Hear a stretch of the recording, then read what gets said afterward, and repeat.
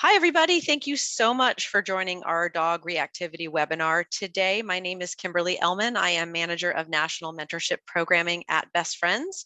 And we want to say thank you again for taking time out of your busy schedules. This is clearly a very hot topic, and you all are in for a giant treat. You have two of the very best speakers on this subject matter and all things canine this evening or today, depending on what time zone you're in. So what we're going to do today is the dog reactivity webinar is going to provide a better understanding of canine reactivity, where it stems from, and why it's a common behavior challenge in virtually all shelters. The discussion topics are going to center around what dog reactivity is, what it means and why we see it in a shelter environment, how to manage that reactivity effectively and safely in both the shelter and a home environment, and different training techniques that you can use to extinguish dog reactivity. Before I introduce our two wonderful speakers and get started, I just have a few housekeeping items for you. Everyone is automatically muted for the presentation portion of this recording, so you do not have to worry about accidentally unmuting yourselves. If you do have a question, we are going to take questions at the end of this presentation. So when Tierney and Jess are done, again, we'll open it up for questions. If you have questions, go ahead and type it into the Q&A box. Please know that when you send us a question through the Q&A box, the attendees cannot see it. The three of us can, but no one else can. Don't worry about it. I'll go ahead and make sure that our speakers know that there's a question. I will repeat that question aloud so that everyone can hear it, and then our speakers will answer it. If you submit a question that is relevant to the specific topic they are on, we may pause during their presentation to answer that question, but generally we'll hold questions until the end. And then as someone asked a few minutes ago, this webinar is being recorded, and that recording will be available to all of you. The network team will send out the link in about a week or so. And so with that, let's go ahead and get started. I want to introduce our two panelists. First, we have Tierney Sane. Tierney is the National Mentorship Specialist at Best Friends Animal Society. I have the pleasure of working directly with Tierney.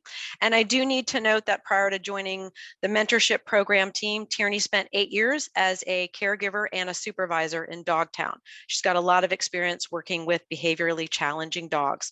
Jess Saplinski is our Sanctuary Pathway Planner at Best Friends Animal Society. Again, welcome, Jess. She is an expert as well in canine behavior and reactivity, and she's been with us for quite some time. So I'm going to turn it over now to Tierney and Jess, and they'll take it away with the presentation. Thank you, Kimberly. You are welcome, welcome. Everybody, and thanks for joining us. We have a lot of people signed up for this webinar, so we're super excited to talk dog reactivity. We definitely know that it's a challenge for most of us in the shelter environment, if we're staff, if we're volunteers, and for many of us with our pets at home. So we're hoping you'll be able to walk away with maybe some new innovative ideas that you can take back to the shelter or maybe even with your dogs at home. And I got an awesome intro from Kimberly, but I'm Tierney Sane. I am currently the National Mentorship Program Specialist, which basically means I get to travel to shelters across the country, helping them with their canine population. And when I was part of Dogtown at the Sanctuary here with Best Friends, I specialize working with some of our challenging dogs, our hard populations. So I have a good background with those behavior challenges and found it incredibly rewarding doing that. Take it away, Jess. Hi, everybody. My name's Jess Saplinski, and as Kimberly said, I'm the Pathway Planner here in Dogtown at Best Friends Animal Sanctuary. I worked for about 8 years in Dogtown as lifesaving and care specialist, working with a variety of different dogs, and now since last summer, I've been doing the Pathway Planner job, where I basically ensure that every dog that comes to Dogtown has a plan or a path in order to have a positive outcome. And I also work with the dogs that are sanctuary only and that will not be available for adoption, but ensuring those dogs also have what they need to succeed at the sanctuary. So I'm really excited to talk about reactivity today. It's one of my favorite things to work on with a dog and can definitely make a difference in their lives. So quickly, an overview of what we wanted to tackle today. First and foremost, what is reactivity? We use the word all the time. What do we mean when we say it? And it can mean a whole bunch of different behaviors. Why do we see it in the shelter? What does it mean? Environment does matter. So talking about changes in environment and how we're going to see behavior change with that. How to safely manage the behavior, and some training techniques used to extinguish the behavior, and really differentiating between the term management and training because they are different. So what is reactivity? Well, simply put, it's an overreaction to certain stimuli, and what the dog finds to be a trigger or that stimulus varies by dog. So of course, they're not all going to be reactive to the same object, the same thing. And it's based out of fear or frustration. So if a dog is fearful and they're reactive, they may be trying to get away from what they find to be a trigger. If they're frustrated by it, they're probably trying to get to it. And it doesn't necessarily mean that's an antagonistic behavior or they're trying to get to it to do something negative or naughty. It could simply mean they want to get to it to do some playful behavior. So it's important to notate that and be mindful of what it is that's behind what they're presenting and to actually explore those avenues if we need more information on the behavior. So how does it manifest physically? What do we see when the dogs are being reactive? Generally speaking, we're going to see barking, lunging, snarling, and snapping. And of course, it is dependent on the dog. It's going to vary from case to case. So what are the triggers? Dogs can be reactive to a variety of things, including people. You might hear people refer to this as stranger danger sometimes. They can be reactive to other dogs, and they can also be reactive to objects such as cars. I know a dog currently who's reactive to mailboxes, for example. I never really thought I'd see that one, but you just never know. Dogs can be reactive to a variety of things, and also small animals like bunnies or lizards or deer. Those are also things that can be triggers for dogs. Reactivity is this dog's solution to the problem because they don't know how to deal with it and they need our help to do so. And when I ask, could it be shelter specific? We know that reactive behavior might not occur in a home environment or outside of the shelter. So it can be shelter specific. So what we want to do is try to evaluate the dog away from the shelter if possible on an outing, for example, because you will see different behavior away from the shelter environment. And you'll also even see a difference in behavior. For example, if you just take them out to a play yard on the shelter grounds as opposed to inside the building. You can go to the next slide, Tierney. So shelters can be stressful, which enhances the likelihood of reactivity developing. It's commonly seen on leash towards various triggers. And as Tierney kind of explained a little bit already, there can be fight or flight, dogs moving towards the trigger as opposed to dogs moving away from the trigger if they're fearful. Those things kind of all are dependent on each other, and they're also dependent on the dog. So as she mentioned, you won't maybe see all different types of observable behavior when a dog is being reactive. It's dependent on the dog. And we play a huge role in that, the human role. You can have handler error or human error play into reactivity. For example, if my energy is off that day or I have a tight, taut leash, that can inadvertently trigger the dog because I'm holding them back. There's a tight leash, there's stress. So those things all make a difference. There's also assumptions. In this regard, assumptions can be made when people see a dog that's doing those behaviors Tierney mentioned, barking, lunging, those kinds of things. People are quick to think that they're aggressive dogs or dog aggressive dogs, but we want to be careful not to make those assumptions until we've really tested out these theories. And like I mentioned earlier, basically these dogs really need our help. Tierney's going to go on to another slide that has a video. And I think we'll let the video play first. This is an example of leash reactivity. This dog is reacting to a golf cart.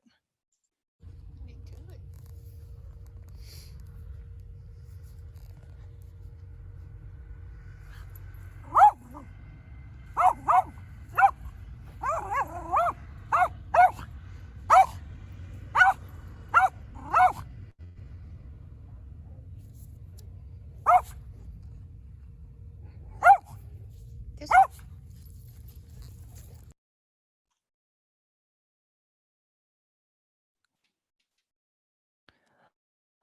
So in this case, I know this dog actually quite well, and he's frustrated when he's leash reactive. He, in his perfect world, he'd like to chase the cars and golf carts, which obviously you and I know is very dangerous.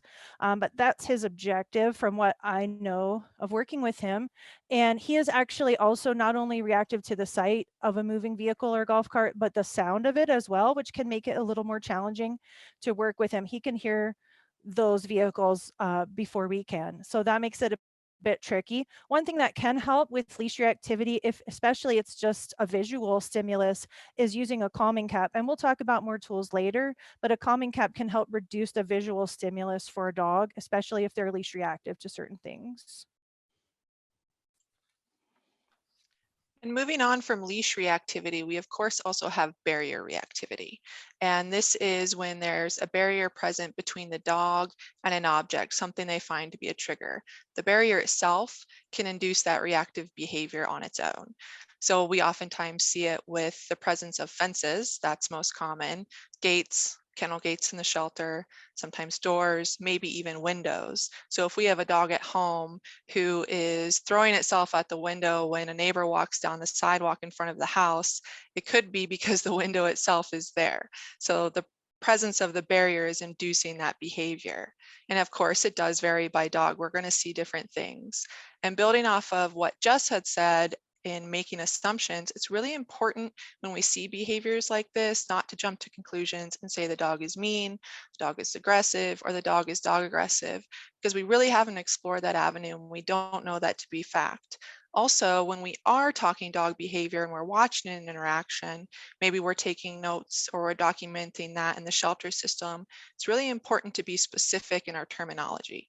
So when we're using the word aggressive in and of itself, it's not really telling me what exactly is happening. It doesn't give me a whole lot of information to go off of. So if I wasn't there, if I wasn't present for the interaction and I'm reading those notes later, don't necessarily know what exactly happened when I see the word aggressive. Does it mean the dog bit the person? Does it mean the dog attacked the other dog? Does it mean the dog was just pulling at the end of the leash? We all have completely different interpretations. So really being mindful when we're documenting and being specific with our terminology, I think is really important. And when we see this barrier reactivity, it doesn't necessarily mean the dog is practicing antagonistic behavior. They're just frustrated, and this is how they're dealing with it. This is their solution. And we just might find it incompatible, but they don't know that. They don't know what we find to be naughty and negative, and they might not even have the skills to know what we think is positive or what we find to be good behaviors. So we really need to help them build those skills to be able to know what's right and know what it is that we don't really see to be a positive behavior. This is a video that some of you may have seen. It's actually pretty popular. But it's a great representation of barrier-specific reactivity. So just pay attention to what the dogs are doing when that gate is present, and then when the gate is no longer there. And I'm going to turn my camera off for this just so it works a little bit better.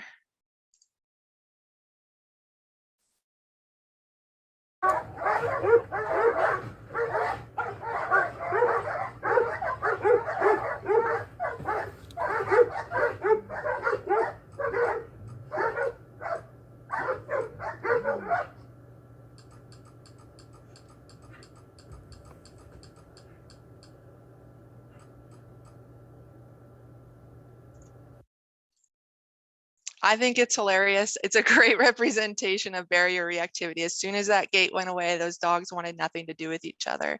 So it's just a great example of how the barrier itself can really induce that reactivity. And without it present, we've got a whole different behavior.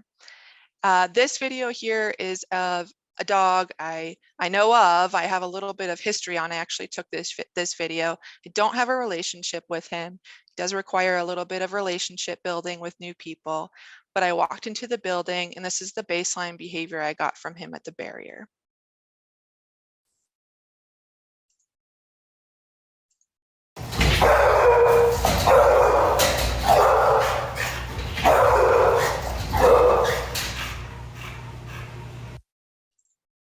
It's pretty clear in telling me maybe I shouldn't go into that run. But it was a great baseline. So I don't know this dog. This was the first and foremost behavior that I was getting. Luckily, I do have a little bit of information on this dog, and I do know that if that barrier weren't present, even me being a new person, but say a handler he does know, got him out on leash, and I was a safe distance away, no barrier in between, he wouldn't be reacting to me. So in his case, when he's meeting new people, that's how he meets them. He does parallel walks, which we'll get into a little bit later, and we associate the new person with positive things, high value treats, without a barrier involved. And that's what works specifically for him.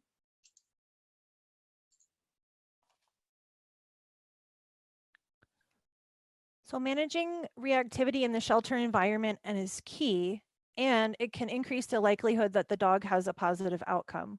So for example, dogs that are calmer behind a barrier present better to potential adopters and other rescues that might tag them for transfer. It can lead to a shorter length of stay, and they're safer to handle by the shelter staff and the volunteers if they're calmer in the kennels.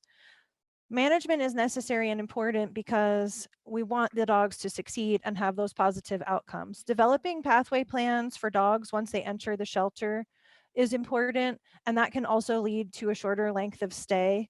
These pathways can be expedited by daily rounds where you're observing the dogs and how they are doing. Many shelters do them for medical reasons, but also behavioral reasons. And you can observe if a dog that wasn't reactive before has now become reactive. What can we do to help that dog? What can we do to lead to a shorter length of stay to minimize their stress and frustrations? Dogs act differently in a shelter than they would outside of the shelter. So it's super important that we always remember behaviors can be environmental. And I know we're going to say this over and over, but dogs act differently in the shelter than they might outside of the shelter. We don't want to generalize and just say this dog is reactive, he can't meet strangers because he's so reactive behind a barrier. And like in the video Tierney showed you, we want to remember that there's always solutions to things like that, that dogs might need to meet people in a different way, and that we don't want to make generalizations that would inhibit their positive outcomes. You can go to the next slide.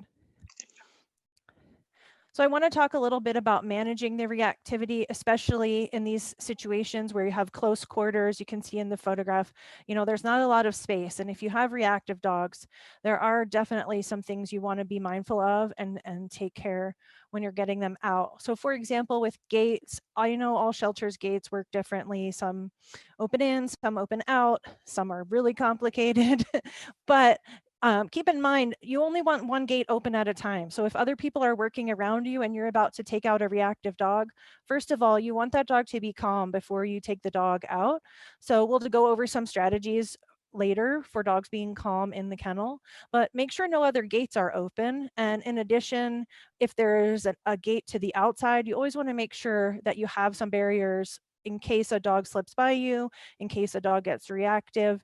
Use the gates as your friends, and also the buddy system. So you can take a dog out that's reactive with the help of a coworker or a volunteer. And there are so many ways you can use the buddy system, but just a few are: one, that person can just spot you while you take the dog out, and they can walk ahead of you to make sure no other dogs are coming your way. They could redirect you to take a different route if they see something up ahead the dog might be reactive to.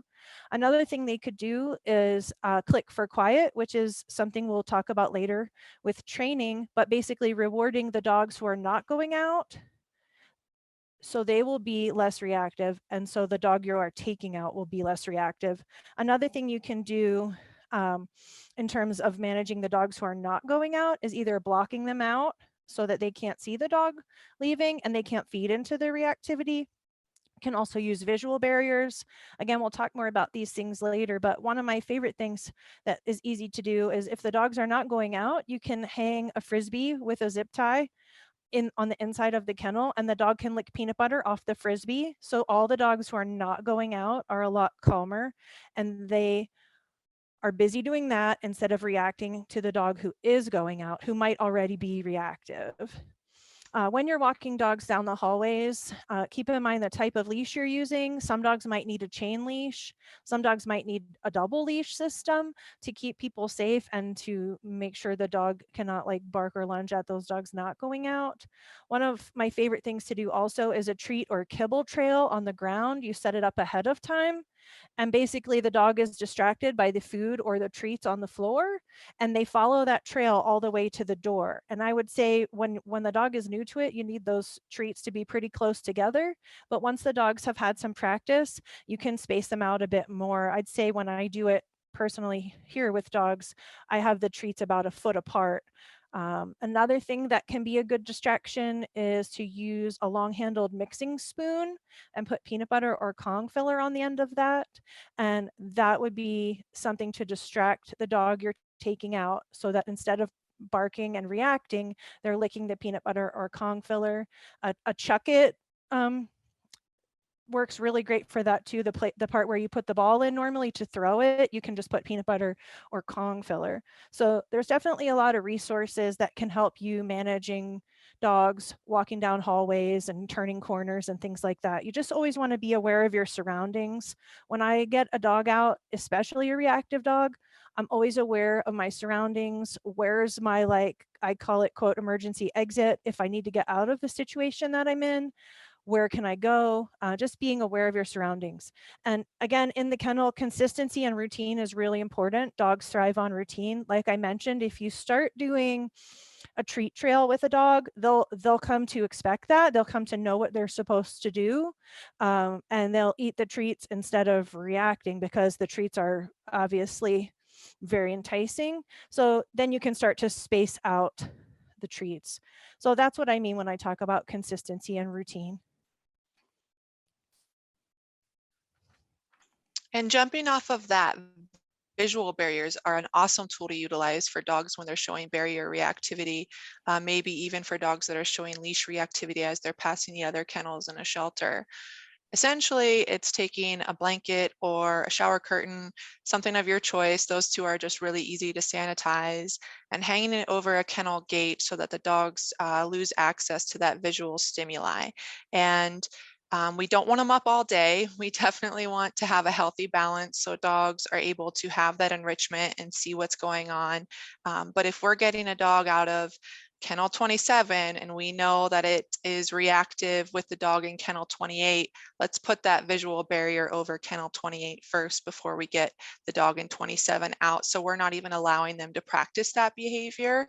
The more and more dogs are practicing negative behaviors, the more ingrained it becomes and the more normal it is for them to do. So removing that ability for them to do it is really important. And be mindful of the behavior changes you're going to see if you start implementing visual barriers for some dogs. Not often, but sometimes it can actually make reactive behaviors a little bit worse for some dogs. So it might not work for all. So just be mindful of the behavior change you're seeing if you do start to implement them in the shelter. And this is a video, I'll talk a little bit about it after too, but to give a rundown before I show it, this was from a shelter I spent 3 days at. This video was taken probably halfway through day 2 or morning of day 3. I noticed this dog right off the bat. He was just bonkers in his kennel, reactive, barking, lunging at the kennel gate, and it wasn't antagonistic. He really was just so excitable, and he just wanted to be with people. He was a lovely dog, but potential adopters were walking right by him over and over and over again, and we really needed him to have a positive outcome. He just wasn't showing well. So the shelter team and I and some of the volunteers got together and came up with a plan. And this was actually, I wish I had a beginning video, but this was the end result after we did some work with him.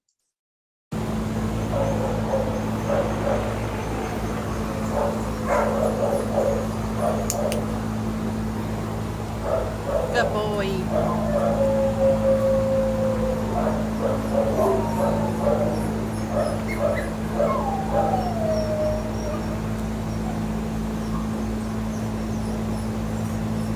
Marcus. Good. So I also did a little bit of name recognition in there, but basically we taught him a default sit. it didn't take a whole lot. So and we were all doing it. We were all providing that consistency. We all got on the same page from the get-go. So it wasn't like all of the work was put onto one staff member or one volunteer's plate. We were all doing it, and then we didn't have to devote so much time of our day to it. And this didn't take a lot of time. We know we're all busy, but we were able to implement mini training sessions for a few seconds within the daily routine of the tasks we were already doing. But we were having to pass this kennel as is. So each time we did, we would reward him for positive behaviors, what we found to be positive behaviors. So quiet, calm, 4 paws on the floor, and we even got to an eventual default sit. But he had no idea what we found to be appropriate. So we had to teach him. But this was the end result, which was a huge drastic change for him. And we just found it, the results in the end were super rewarding to see. And for the staff and volunteers to know they played a part in it was just amazing, because they were the ones that really made that change for Marcus.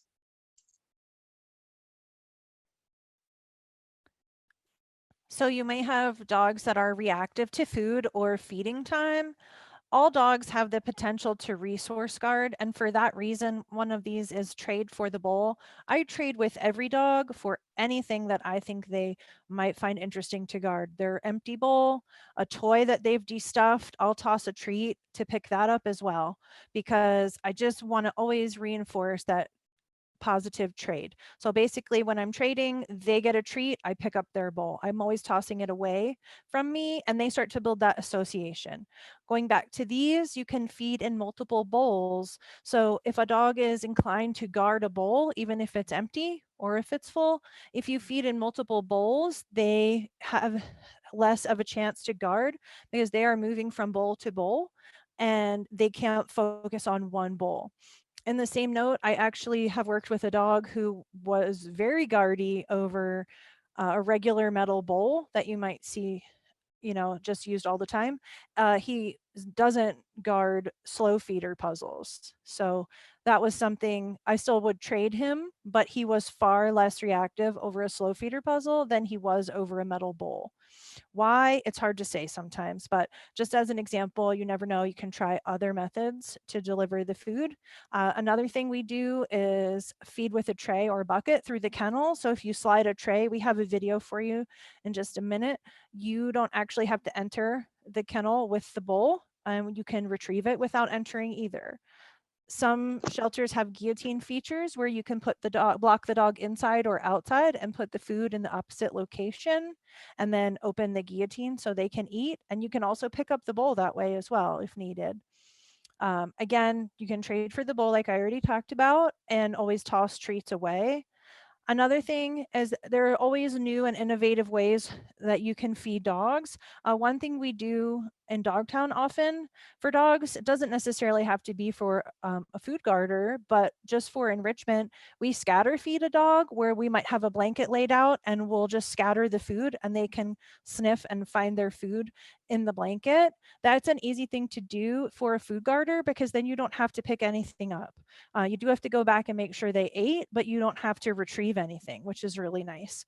Another thing you can do is feed a dog in an enclosed area where the food is already put down. So for example, an outside play yard that's fenced in, or an office where you already have put the food in that enclosed space. It's far away from your entrance or threshold. And when you walk the dog in, for example, to the play yard, you just drop the leash and shut the gate and they go and eat on their own. And they don't have a chance to practice being reactive to you putting the bowl down. So those are just some examples of how to manage food reactivity. And in this next video, you'll see Tierney feeding a dog on a tray where she doesn't have to enter at all. Tierney, before you play that video, can I just, we have a question. Yeah, go ahead. From the audience.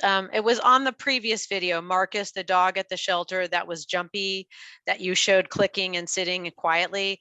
They want to know how long it took to get Marcus to that point.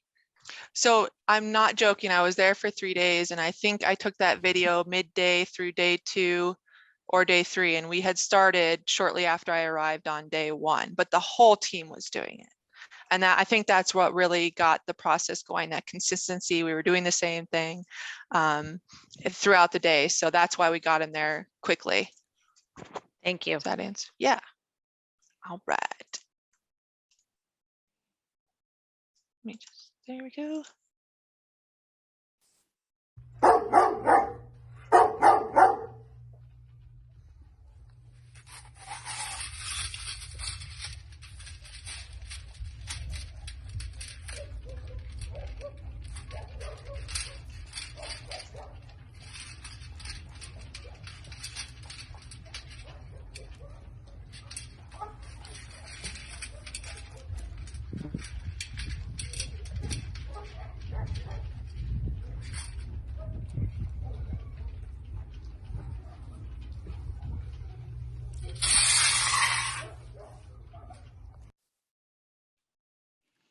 So you can see in that example how that dog can be fed without ever entering.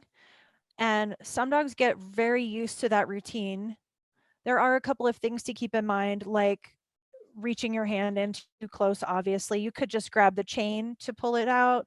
You might even need to use like a tool, like a little grabber, depending on how reactive the dog is and how well you know them or don't know them. But it's just a great way to keep your hands safe. And I have dogs that started out eating that way that don't really need to eat that way anymore, but they kind of come to expect it, and it's part of their routine. You can also trade when you remove the tray by rolling a treat under the gate and pulling it back. If they're really reactive, that especially helps because they'll be turning for the trade and you can pull out the tray. So there's a lot of different things that can help with that, and this is just one strategy that we use often in Dogtown. This is another baseline video. This was a little dachshund I used to work with, and so very low to the ground, had an extensive process for meeting new people. She wasn't trusting of new people right off the bat, and she was a resource guarder. So she'd guard her food, and she was very reactive at feeding time. So we tried the tray idea, and it just didn't quite work for her. And she was practicing some behaviors we didn't really want to see. It wasn't a pleasant time for her and definitely wasn't pleasant for us. So this is kind of the behavior we got with her when we were using a tray. Okay, you want to do the trick?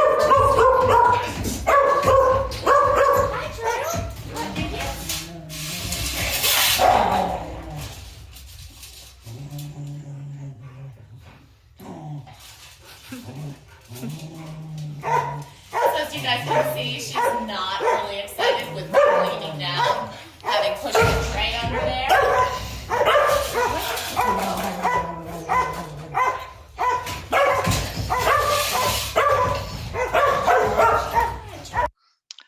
I think I chuckled in that video because I just know how lovely she is. She's a wonderful dog. She's since passed away, but she was wonderful. But yes, she did guard her food. And in this next video, so we knew we didn't really want her practicing that behavior. And so we knew we kind of had to do something different for her specifically. So we actually had just a PVC pipe fixed to her kennel gate, and it was high enough that we weren't having to bend down and get near her face. And we were able to just drop the food down, and it would go down to her bowl on the other side of the fence, and it just worked so much better for her. And I know that this isn't achievable everywhere and for every dog. Point being, though, to just think outside the box when dogs are presenting different behaviors. What new things can we try?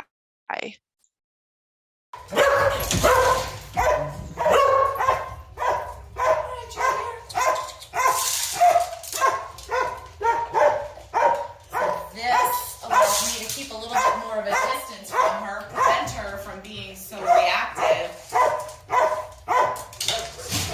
and turn feeding time back into a positive experience for her.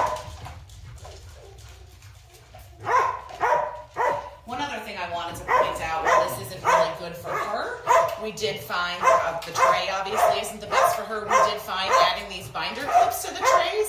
If you saw how she was pulling the tray in there, if I were feeding her like that and I was by myself and we didn't have this alternative, a lot of dogs will then just keep the tray. So this allows us to leash up to it so they don't get to steal the tray.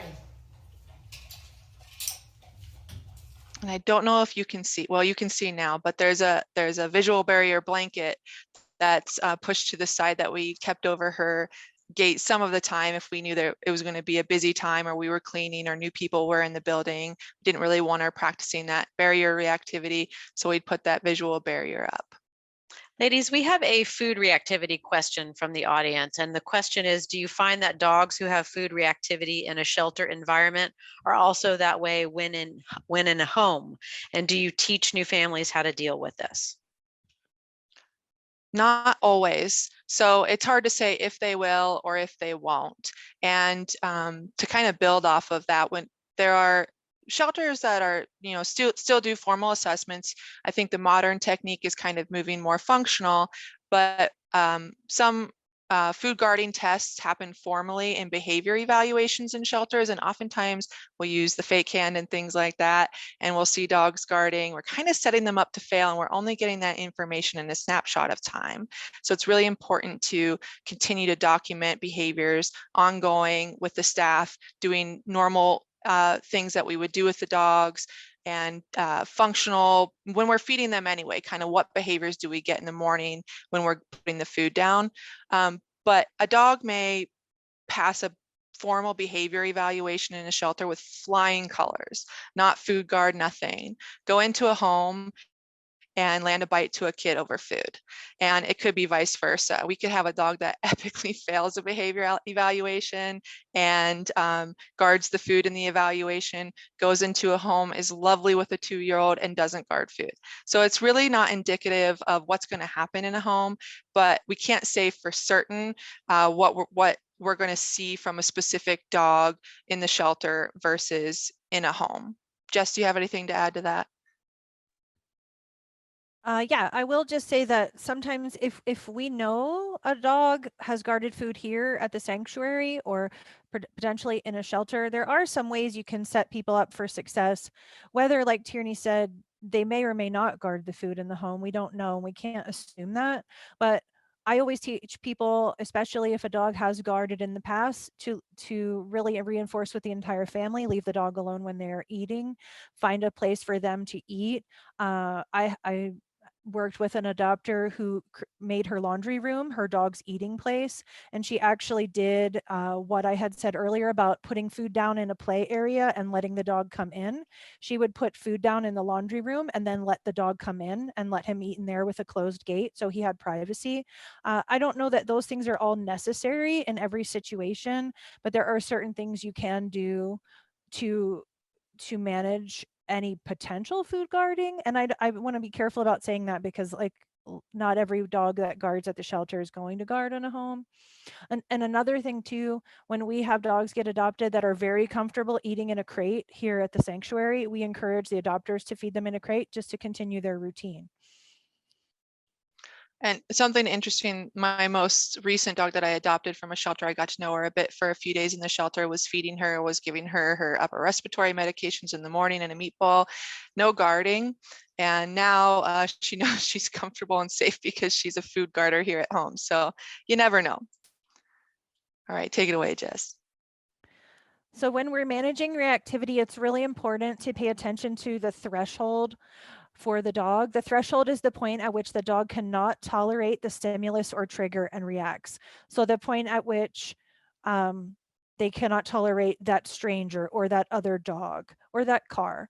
The training always occurs when the dog is below the threshold, and the threshold often relates to the distance between the dog and that stimulus or trigger. So how close can my dog be to a stranger without barking and lunging and growling? We want to keep it under threshold. And there's a great graphic on the next slide that I'll talk about in just a minute. Some trial and error might be needed when you are trying to determine the dog's threshold, and it's a great idea to work with a partner like a coworker or a volunteer to help you, because it's helpful to see that observable behavior. Like, does the dog freeze a little bit? Do they lip lick? What are some things that are showing you they might not be under threshold anymore? And if you're at the other end of the leash, you can't see the dog's face completely. So I really recommend working with a buddy to determine the threshold.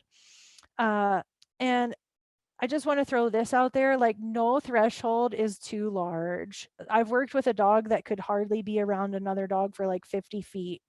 And in the beginning, it felt like, why am I even doing this? We're 50 feet away, 50 yards away, and I can barely see them, and it's worth it. And you can start shrinking the distance. As the dog learns and becomes more comfortable with the training and more comfortable seeing that dog, the threshold will shrink. So I just want to encourage you, whatever the threshold is, it's okay to start at that spot. Start where the dog is comfortable and you will make progress. On the next slide, you'll see a great chart for explaining threshold. So under threshold, the dog is relaxed and has a loose body. They'll respond and can focus on the handler. So for dogs that know their name, when you call their name, they will check in with you. They will take food from you. They can listen to you and learn and respond. At threshold, things get a little more tricky. They might show some observable behavior like a closed mouth. They focus on something, probably the stimulus. They're lip licking, they might freeze. And this is the time where they will start not to respond to cues from the handler, such as a dog who knows their name very well. The dog acts like they can't hear you. They are too distracted, and they may or may not take food. I have had dogs actually at this stage who, it's kind of strange. They'll take food and then spit it out. Like they want the food, but then they're too distracted to actually eat it. Over threshold is definitely what we want to avoid. They'll have a stiff body, growling, staring, lunging. They might even be at a stage where they might try to redirect. They cannot focus or respond to the handler. They are completely disinterested in food, even a dog who normally loves food. And it transitions very quickly to reactivity. And that's what we want to avoid. So we're always working under the threshold to make progress with the dogs. You can go to the next slide. So like I mentioned, distance, you want to work at a distance that's under threshold for the dog. If they're over threshold, they just cannot learn or train well at all. Over time, with training, you can slowly decrease the distance and get closer to the stimulus or trigger, while still keeping your dog's attention. You can use resources while practicing and in a couple of different ways. So for example, I used to take a dog out every morning. Most of our office staff comes in at 8. So you can imagine at like 10 of 8, there's more cars coming through our quiet canyon up here at Best Friends. And I would purposely walk a dog at that time of day. We were towards the end of our walk and she was reactive to cars. So she had gotten some energy out. We had already done some training. And then we would be at a strategic spot on our trail where we could see the cars coming through the canyon road, but we were under threshold. She could look at the cars and then check back in with me. And we did this almost every day, one whole summer, because I wanted to get her out before it got too hot also, but it was excellent practice for her car reactivity. And we'll talk about the strategy I used a little bit later called LAT, or look at that. In addition, in a different way, you can use resources like cars. Let's say your dog is reactive to other dogs and you're walking down a neighborhood street and you see a dog coming. You can duck behind a car and use it as a buffer. Same as a tree. You can just duck behind a tree, no big deal. It's not going to be a perfect shield to block your dog's vision, but it's going to create a little bit of a buffer distance. Another thing is you can change your path. So you're walking one way and you see a dog, turn around and go the other way. Or you're walking one way and you see a bunch of strangers, like a group of teenagers, turn around and go the other way. So use resources like that while you're practicing to give your dog enough time to not go over threshold. One of the most important things is to proof the behavior. So proofing means practicing it in different environments and situations until the dog generalizes the desired behavior and can do it anywhere, even with distractions. So like I told you that example of the dog that I used to take out every morning and we would practice on the canyon road. If you have not been to the sanctuary, the traffic that comes just before 8 o'clock is nothing like traffic in a neighborhood in a bigger town. So we needed more practice. Just because she could practice with, 10 to 15 cars going by at a slow speed doesn't mean she was ready for the big city. So the next step to proof that behavior was I took her to town. Kanab is also not super busy, but it's busier than the sanctuary. So we were building on that behavior. Then we also started working on her not being reactive to cars while she was in the car. So there's a lot of steps that go into it, but you want to proof the behavior because you want to be able to generalize it to other situations. Jess, we have a question about threshold, and the question from the audience is, what are your suggestions if a dog almost instantaneously goes from under to over threshold and then stays over threshold even after the trigger is gone? So that's a tricky one. I do think catching the dog really quickly, I mean, obviously it's easier said than done. I totally understand that. But if they go over a threshold really quickly, I would have some tools ready so I can try to ask them for other things. For example, it's easy to say like duck behind a car, but if they already saw another dog and they're already reactive, it's a little too late. So I would work with basic manners with that dog actually, and really hone skills like sit or eye contact. We say watch me for eye contact, so that you're working the dog to do other things, and they may not be so inclined to go over threshold immediately. You might have a little bit more of a buffer if they are distracted and working their mind in a different way, if that makes sense. Tierney, do you have anything you want to add to that? Yeah, I'm just wondering if maybe, depending on the situation, not having a too much info to go off of, but if creating even more distance, like Jess was saying, sometimes you have to start from really far away from the trigger, and it may seem silly, but taking a step back and trying to create more space so we can keep them under threshold for longer, and then maybe changing it up a little bit. I'm thinking something like super high value for the dog, something that dog really enjoys. It could be toys, it could be squeakies, it could be a tug toy. What I find valuable a lot of the time are spoons dipped in peanut butter, because you can put it in front of the dog's mouth and they're more inclined to do that than react. And also their mouth is busy. So thinking kind of outside the box of different things you might be able to do to try and keep them under a threshold, and maybe take a step back and progress a little bit more slowly. I also think like that's a situation where you could try to train the dog to accept a calming cap to maybe block some of that visual stimulus.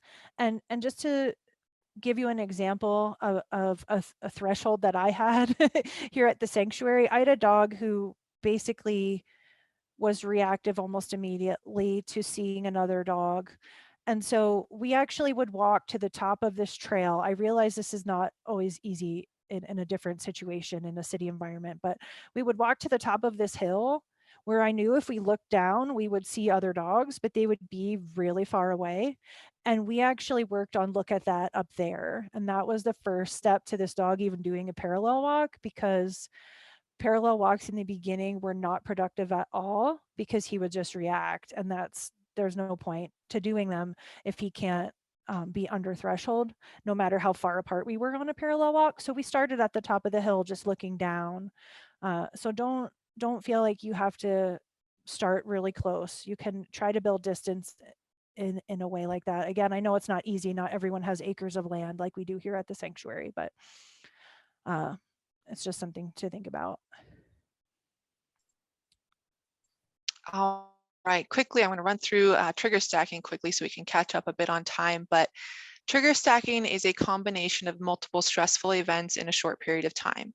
And what a dog finds to be stressful and what that period of time is dependent on the dog.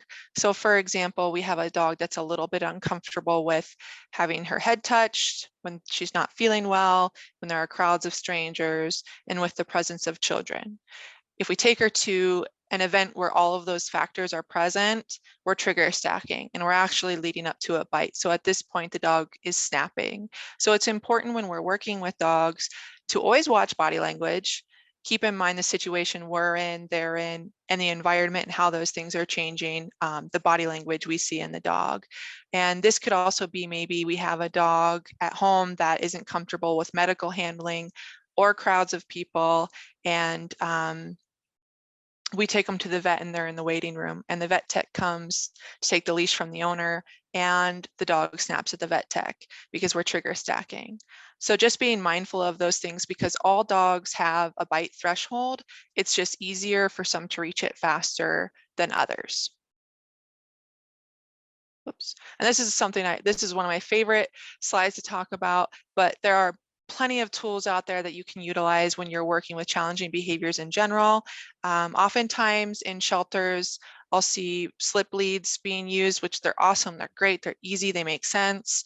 But we also have a lot of dogs that are so amped, so over threshold in the shelter environment itself that they're leash biting. They're working their way up that leash sometimes and making their way to our arms even. So the simple use of a chain leash or a cable leash can manage that behavior in and of itself. It's almost like a building block.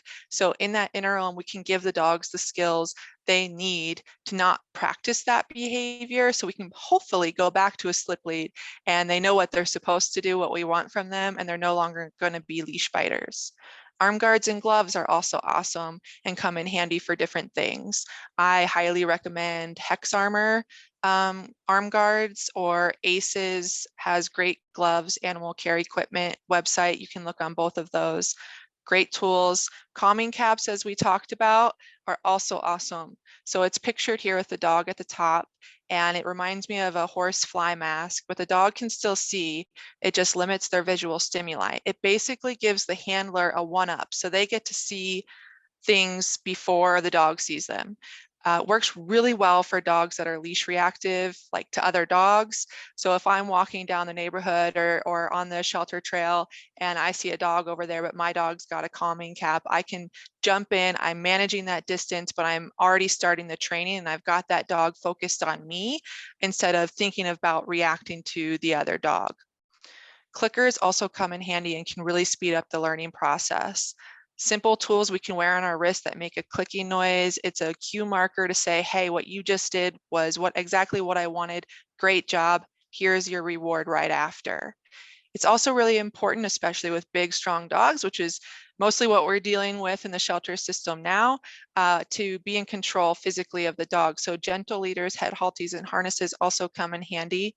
Gentle leaders and head halties I've found are very helpful when I'm dealing with an especially large, strong dog. So a Great Dane or something of that sort. It gives me control of their most vulnerable area, their head, right? And sometimes it can be a little strange for dogs to wear a harness around their face. So they might need some desensitizing to that beforehand, before they're willing to wear it for a 30-minute walk. Harnesses, I highly recommend a Freedom harness. They give you the ability to hook a leash to the front chest area and also the back. You can hook both at once and it gives you more leverage.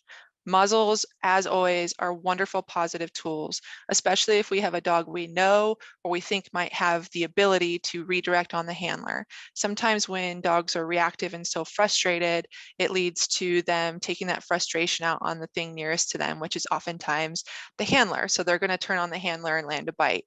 I recommend Baskerville muzzles. Pictured here, you can get them on Amazon, but it allows the dog to pant, to drink. It's really easy for the handler to reward through the kennel with treats. And in this case, in the picture, this dog really enjoys toys. So she was able to actually hold a toy through that muzzle and thoroughly enjoys herself when she gets to do that. Which next, I have a video of her. She actually has extreme object fixations, and that's an understatement, but we had to find a way to have one handler leash her and leash her safely and get her muzzle on safely.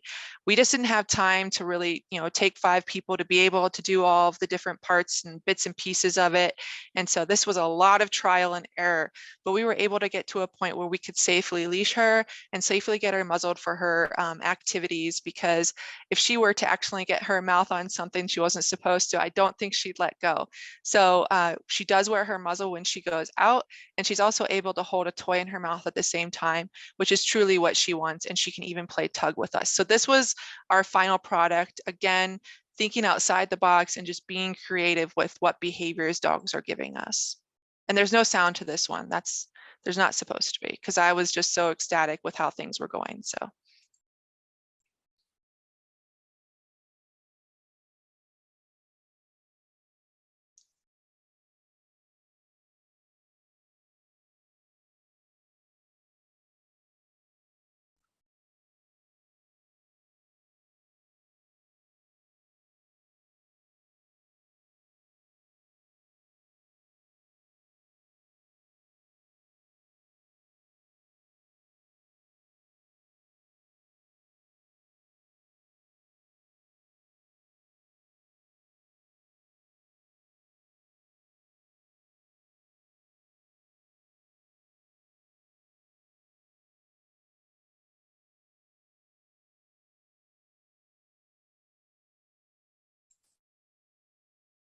That's charm for you. But lovely representation of what you can do with muzzles and how wonderful they are.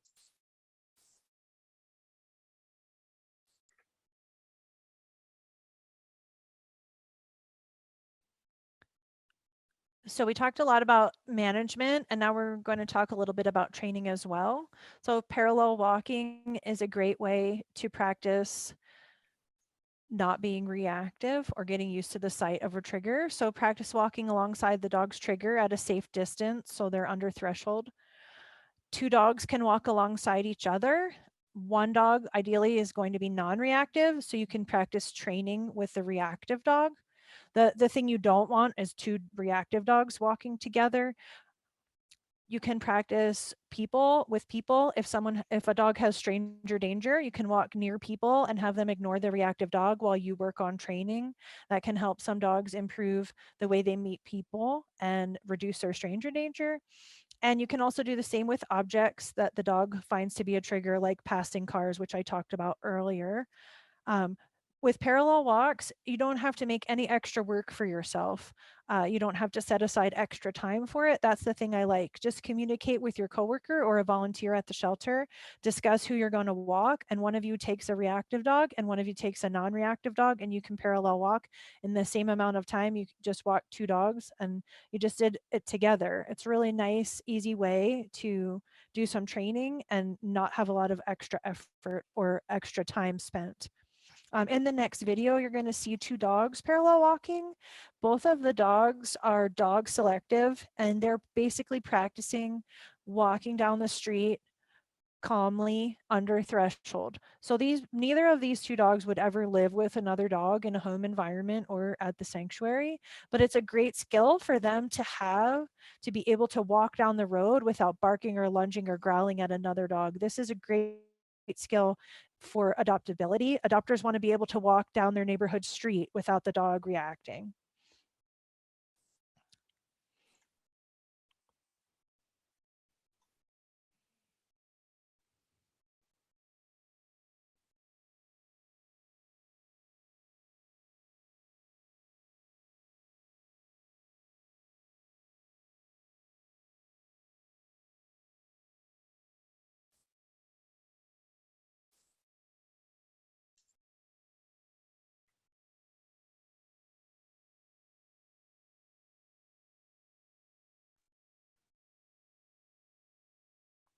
So you can kind of get the idea in that video, even though it was a little bit choppy, but it's a great skill to work on parallel walks with dogs. It's one of my most favorite things to do.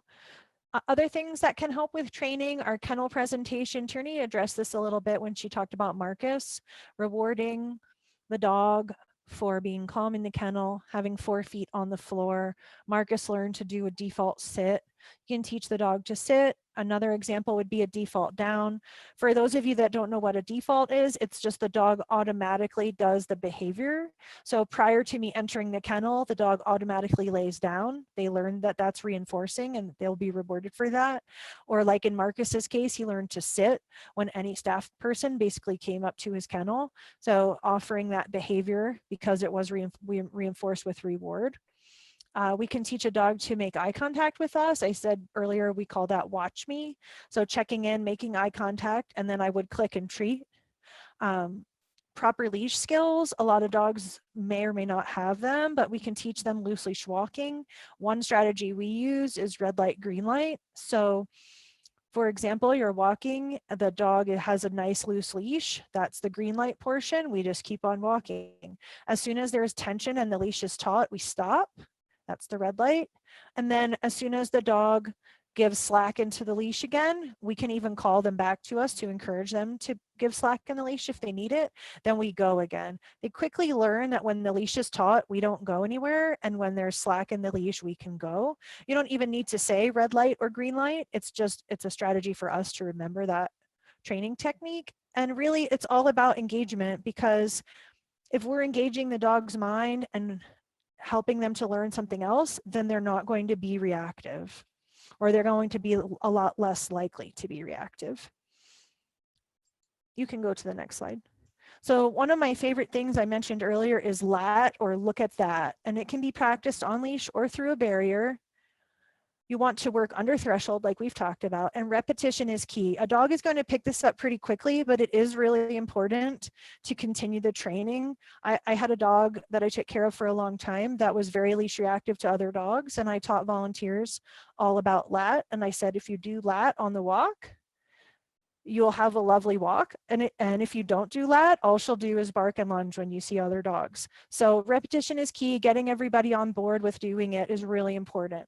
So for lat, you can implement a clicker, or you can use a marker word like yes. Basically, the way I teach lat is when the dog is looking at the trigger, let's just say another dog for this example, I click the clicker and they automatically look back at me.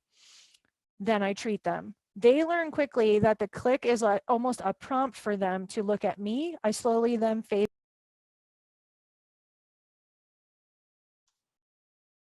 Did you lose her too, Kimberly? Yes, I think we're Okay. having some technical issues. Go ahead, Yeah. Tierney. Yeah, I'll keep going. Hopefully she bounces back on. So basically, we are rewarding the dog when they look at their trigger, safe distance, right? They're under threshold. We reward the dog when they look at their trigger without reacting, and then focus back on their handler and get that reward. So they're looking at their trigger, not reacting. I click, they look back at me, and they get their reward. Jess, you back on? You want to take it over? Maybe almost. I'll keep going. And essentially, the next step is the dog's going to look at their trigger, not react, look back at me, and then I click, and then I reward. So there's a few little mini steps in there. So the dog is really learning that I look at the handler for what I'm supposed to do, and I'm not reacting to what I find to be a trigger. And then over time, as they build those skills, you'll be able to decrease the distance the dog has from the trigger.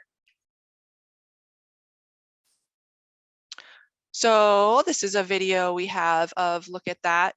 Neither of these dogs are reacting in this video. That is the point. We were able to work towards this distance, so we didn't start here. And I'm practicing lat with the black dog on the right, and I'm practicing with a dog I know is not dog reactive on the left, so that I can really focus on training with the dog that I have.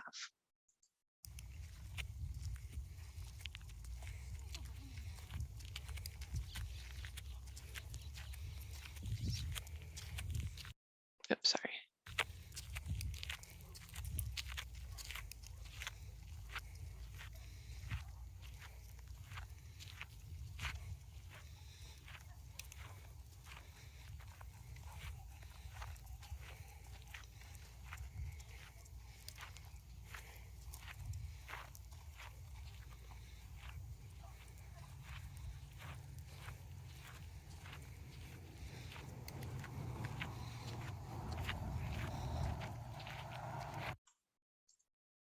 And I will say having a treat pouch makes this super easy.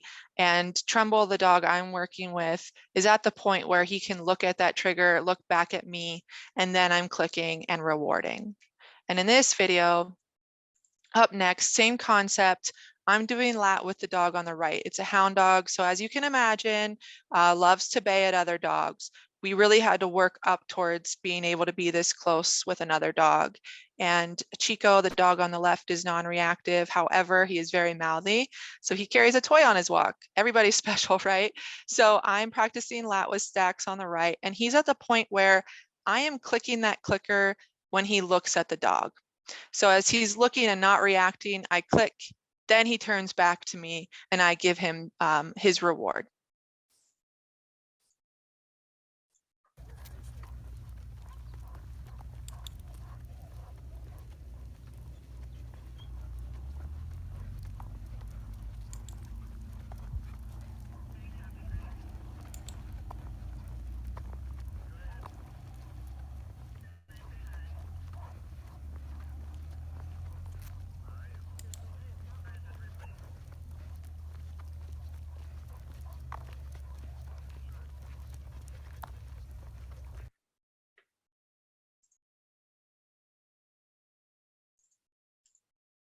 Another awesome training game is click for quiet. And no, it doesn't mean that you have to have a clicker.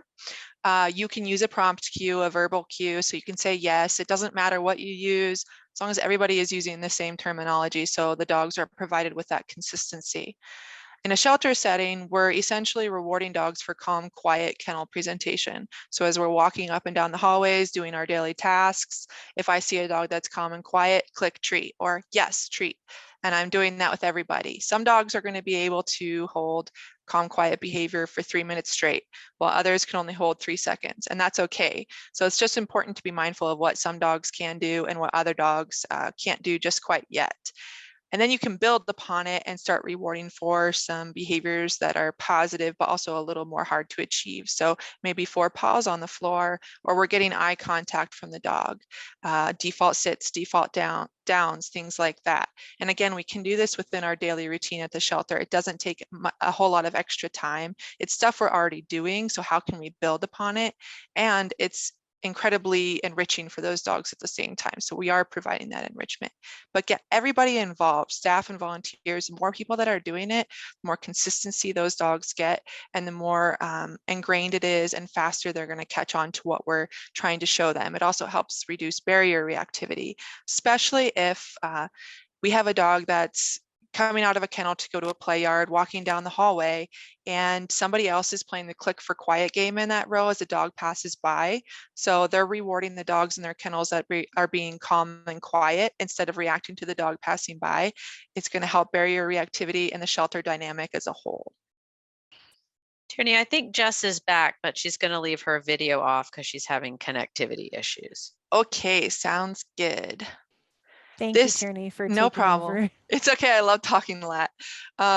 This is just a video of the click for quiet game. You'll notice when she walks in, pay attention to what the dogs are doing. And then once she starts the game, how it changes. These dogs have had a little practice, so they kind of know what's coming.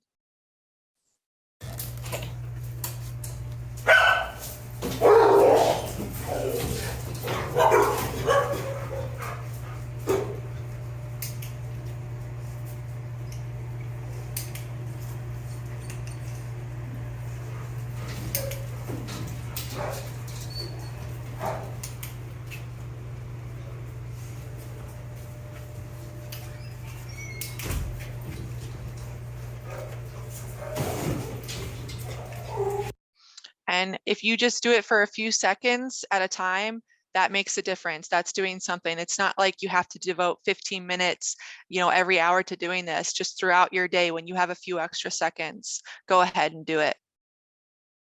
And like I said, it can change the entire shelter dynamic. It makes for more quiet environment. It's enriching and also helps reduce barrier reactivity. Get everybody to do it, and generalizing is really important. So by everybody doing that, it's helping the dogs generalize. I hear a lot when dogs are presenting challenging behaviors in a shelter, I'll hear people say, staff or volunteers, well, the dog is great with me.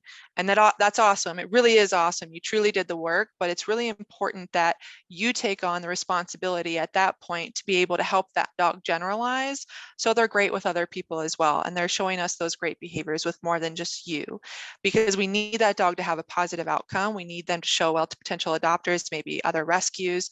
And that's how we do that. We build upon that.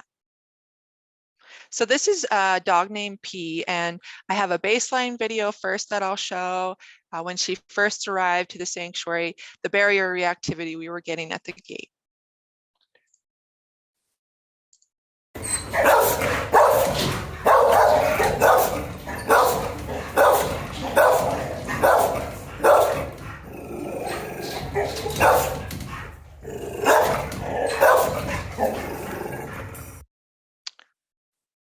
So we started doing some click for quiet, and within a few days, maybe a week, we saw a drastic change in her behavior. We were doing it with the whole building, but this was just some of the progress she had made. Nicky Nut, what are you doing? Girl.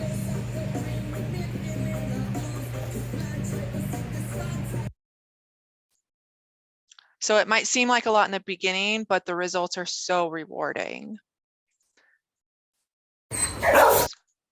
So with that, I think we're a little over time, but barely. I'll open it up to questions. If we have any, we can go ahead and tackle those. We do. We have about 7 questions.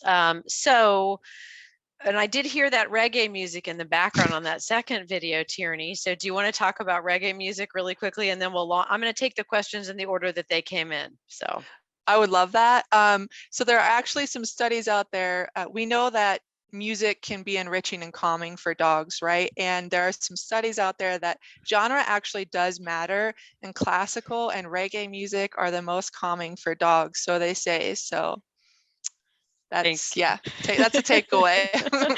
All right, so this question came in much earlier in the presentation. What suggestions do you two have for a reactive dog that is also deaf? The dog in question in particular had very little to no human interaction in its first year. It's great with other dogs, but it really takes time to warm up to humans. This person's partner took 3 months to get the dog comfortable with them. So suggestions for deaf reactive dogs. I think you're really going to have to work on eye contact first and foremost, so you can get the focus from the dog and do hand cues. Also, dogs are huge social learners. So if the dog is dog friendly, showing them skills with what you're doing with other dogs might also be really beneficial for that dog specifically. Jess, do you have anything to add? No, I think it's great to use a role model. Like if this dog is greeting this stranger, dogs can learn from watching that. Of course, you have to do it in a safe way, but going off of what Tierney said, I think that's a great idea. Thank you. Okay, so the next question that came in, again, I'm taking these in, for the audience in order in which they were received. What are your strategies for avoiding the inevitable blind corner pop out? I don't know if that's shelter specific or not.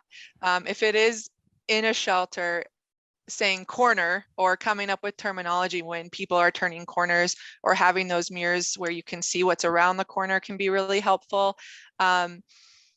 If you're in the neighborhood, I think trying to give yourself space away from the corner as you turn would be helpful, or holding the dog back a little bit so you can kind of peek around first would also maybe make a difference. Jess? I agree with those. I also think if you could have some kind of really excellent treat that the dog just gets if you are surprised in that way, if it can play a distraction role, the dog learns, actually, if something pops around the corner, I get something amazingly delicious. It won't work for every dog, but I think there's a good chance of it working in many situations. And also, I've seen people, and you probably know people who teach their dog to do a sit before they cross the road or something like that. You could come up with whatever works for you and your dog before you go around the corner, even if it's a different way, like you move your dog onto one side of you, the opposite side of the corner. Come up with a routine, and your dog will get used to that routine over time too. And I think that could also help. Thank you. The next, it's more of a comment, but I'll let our two speakers give their perspective. So the comment is, we have lots of dogs in our shelter that are so barrier and leash reactive that they cannot be taken out of their run by volunteers. Sad face. You guys want to comment on that? So for dogs that are showing increasing behaviors like that, or getting more and more frustrated, the dogs we really need to focus on getting out of the kennels. It'll really help those behaviors when they're in the shelter.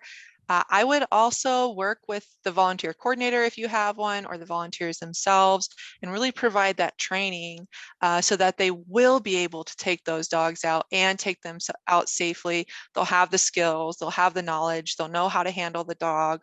So the dogs are still getting that enrichment, they're still getting that stimulation, which will hopefully over time reduce some of the magnitude of those behaviors. Thank you. Okay, next question. What mentorship opportunities do you offer for behavior? Hey, I'm right here, everything. If you are interested in having your shelter do a mentorship related to canine training, behavior, body language, reach out to your regional strategist. We have regional strategists throughout the various regions across the country. They're your first point of contact at Best Friends, and then they can follow up with myself as the National Mentorship Program Manager, and we can take a look at that. So Tierney and I are happy to help you guys, but we are not not the first point of contact, those requests have to go through your regional strategists as your first point of contact. Okay, next question. How do you feel about short-term use of pharmaceuticals to relieve FAS or pain and mellow reactivity? I think if you have a proper vet background or vet behaviorist that you can consult with on dog cases like that, they can be helpful at times. I've seen it work for some, not all, and the choice of drug also matters and is dependent on the dog. So if you have two dogs presenting the exact same behavior, the same drug's not going to do the same thing or have the same effect on both. I wouldn't jump to doing it for every animal all the time, and definitely have a process in place for when those are going to be implemented for things you've tried that maybe haven't worked before jumping to that step. Thank you. Jess, do you have anything you want to add to that? I would just also say, if you do use behavior meds, make sure you have training plans in place also. You don't just want to depend on the behavior meds to do all the work. There still needs to be training in place. The meds are designed to go hand in hand with training. Excellent point. I'm going to answer this next question. It's not related to dog behavior or reactivity. It's, can we share this recorded video with other shelter volunteers? Yes, you can share it with whomever you'd like, staff or volunteers, once the recording is available. All right, question for the speakers. Can you please put in the chat the arm guard manufacturer that Tierney mentioned? So Tierney, if you want to tell me the name of the manufacturer, I will go ahead and put that in the chat.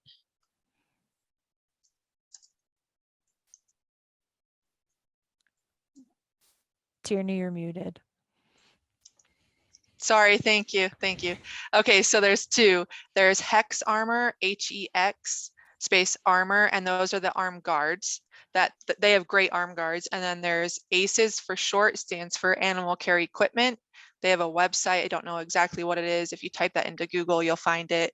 They have a bunch of stuff, but I really like their gloves because they give you a lot of freedom in your hands and fingers when you're doing different things with animals. It still gives you a lot of freedom, basically. And is it ACES with an S on the end, Tierney?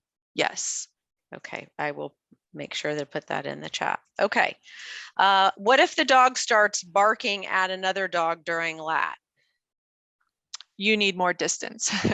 So we need to get the dog back under a threshold. So just give yourself a little bit more distance and then start working again. What essential oils do you two recommend using? Lavender oil is said to be calming for dogs. I like the fruity stuff, so I'll use any and all. I also like an oil called Tea Away, and it's just like a capital T hyphen away.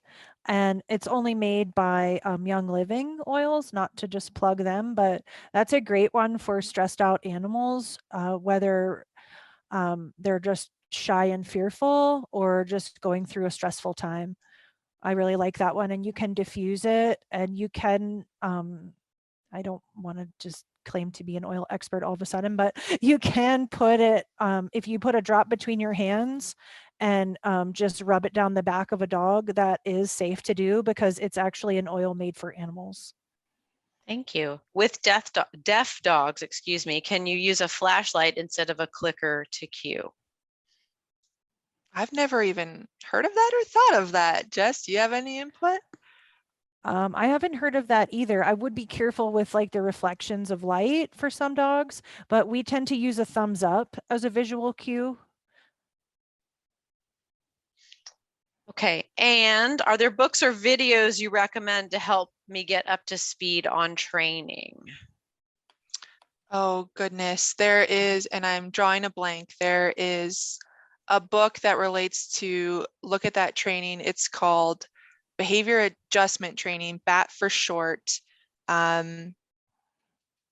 Jess, do you know what I'm talking about?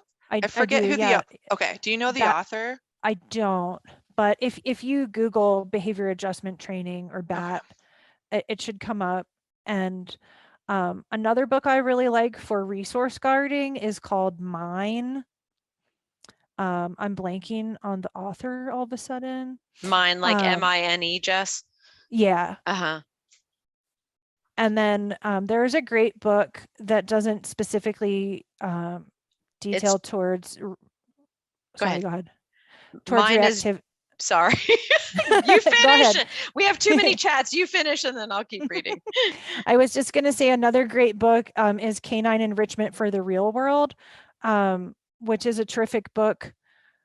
And that kind of focuses on, instead of just focusing on reactivity, it focuses on all the other things you can do, similar to what Tierney and I were talking about, things you can do to engage their brain so they're less likely to be reactive.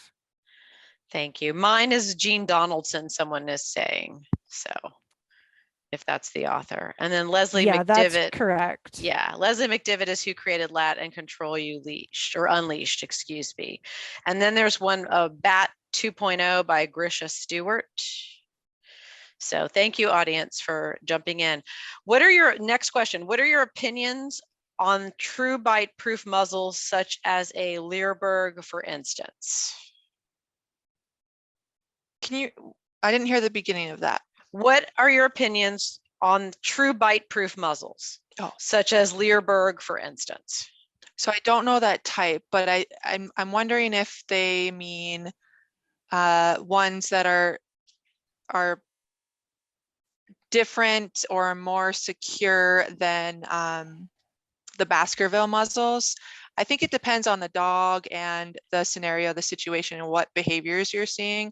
For instance, if I'm doing medical care on a dog, I'm restraining a dog that I know has the ability to bite the vet or the vet tech, I don't use Baskerville muzzles. I don't use basket muzzles. I feel safer using a mesh muzzle for that specific scenario because they're not going to be wearing the muzzle for as long, but it does provide added safety just in case when we're in such close proximity with the dog and we're not necessarily doing training through the basket muzzle. Jess, do you have anything to add though? I don't think so. You covered it. And you're correct, Tierney. The person who asked that question, she said, yes, you were correct. You were answering it accurately. Yay. If you joined this webinar late, I'm getting questions. You can view the recording in about a week. We are recording this webinar, and for anyone who registered to attend tonight, whether you participated entirely or didn't participate at all, you will receive the recording link once our imagery team downloads it to YouTube. So give it about a week and you'll get an email with that information. What do you two recommend besides treats? That's the next question. I think it also depends on what the dog finds valuable. So if they are into toys, a lot of dogs are balls, tug toys, squeaky toys, things like that. The variety of treat also matters. So if you don't want to use treats because of this or that, you can use the kibble that the dog is on. Jess, what else you got? I think you can use like social reinforcement if the dog really likes being pet and praised. That does work for a lot of dogs. It just depends on the dog. Like Tierney said, some will prefer toys, some love food, will do anything for food, and others really thrive on that like personal connection with praise and petting. Okay, next question. We have a couple more. Do you have any suggestions for dogs who are reactive in the car? I know you've dealt with this a lot, Jess. So my first suggestion would be to make sure the dog is crate trained. Crate train the dog not in the car, crate train the dog in the house or at the shelter. And then slowly, like I talked about proofing, bring the crate to the car. The dog goes in the crate in the car and use the crate as a way for the dog to calmly ride. You can also, sometimes the dogs just need a little more support with that. For example, like there's a dog that when I take him in a crate in the car, he gets a Kong to do. That little dog in the very beginning that you saw that was really reactive, he rides almost perfectly calmly in a crate in the car. It's just if he would be loose in the car, he would be running and barking and spinning, but he loves his crate. He gets treats in his crate, and that's a really nice way for him to ride in the car. Another thing you can do, we do this a lot, is have a buddy with you. I know it's not always possible, but that way you can positively reinforce the dog for being calm in the car. My own personal dog currently is a disaster in the car. I'm a little ashamed to admit it. And what I do is we go out to the car for very short stints. He just gets treats for getting in the car and hanging out, and then leaves. And we've progressed to, like, he gets in the car. I can't bring my other dogs. I just have to bring him. So it takes a little bit of strategy.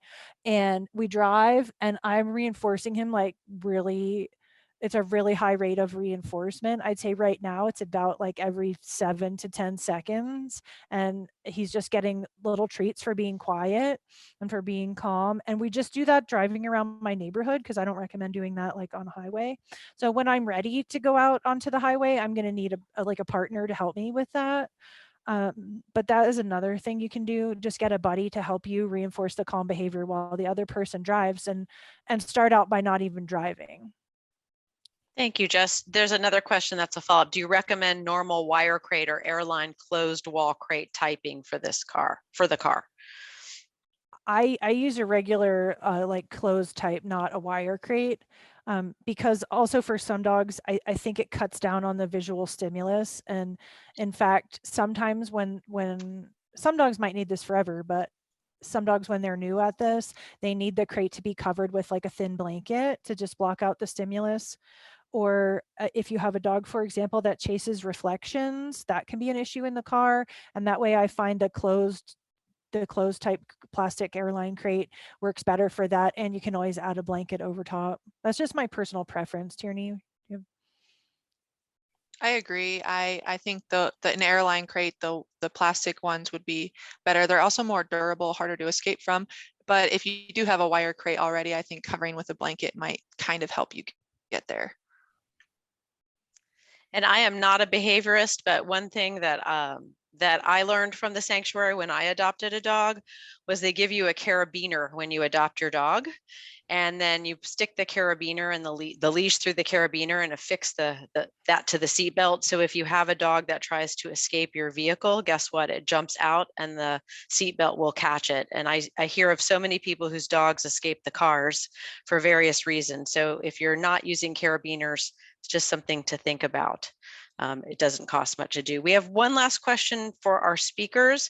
So there's a behavior coordinator at a shelter who is one of the few that has knowledge on how to handle or manage most of their quote unquote behavior dogs. They recently received a Great Pyrenees. They haven't been, the dog's only been with them a couple of weeks. She's been trying to click for quiet. This dog seems to whale eye, growl, and bark, and backs into the kennel. He always reverts back to kennel reactivity during those moments, even when she's doing clicking for quiet. So there's not enough time to rule in getting him out just yet. Any suggestions? And this will be our last question. It sounds like he needs relationship building before we're able to train or jump to the next step. So he really needs to create positive relationships with people, trusting relationships with people before we're able to do like click for quiet or get him out of the kennel. If he's retreating in the kennel when we approach, fearful behavior, trying to get away, right? But whale eyeing, maybe if we were to open the gate, it could go awry. I always encourage flybys is what I call them. So every time we're walking past that kennel or tossing a treat in, but we keep walking. So the dog starts to associate people with positive things, but we're not necessarily in his space. Jess, I'm sure you probably have more to add to that. Kimberly, did you say, I'm sorry, that one person can take the dog out or no? Doesn't seem like she's able to get him out. Okay, sorry. And they don't have many people at the shelter who know how to manage these types of behaviors. Gotcha. I think the flybys are a great idea. And just if they can, I know it's not always possible, but get some really high value for that relationship building, things that the dogs don't normally get, hot dogs, cheese, we've even used like roast beef sometimes, something that's really going to help build that relationship. It is right now, the best you can do in that situation without putting yourself in a safety risk, it sounds like. And so building on that relationship, another thing you can do, we do this not so much with reactive dogs, but more with shy dogs, but it can work with reactive dogs. I think sometimes dogs are uncomfortable, reactive, scared, because they just don't know what to expect from us. So I realize this is a lot to ask in a busy shelter environment, but sit outside the kennel with your back to the dog or your side to the dog, not facing the dog, and just read out loud. You could even read your emails out loud, like off of your phone, but do something that's non-threatening. So basically the dog can listen to you read, and you're just present there and you're not asking anything of the dog. You're just there as a non-threatening person. And you can also put high value under the gate as you're doing this.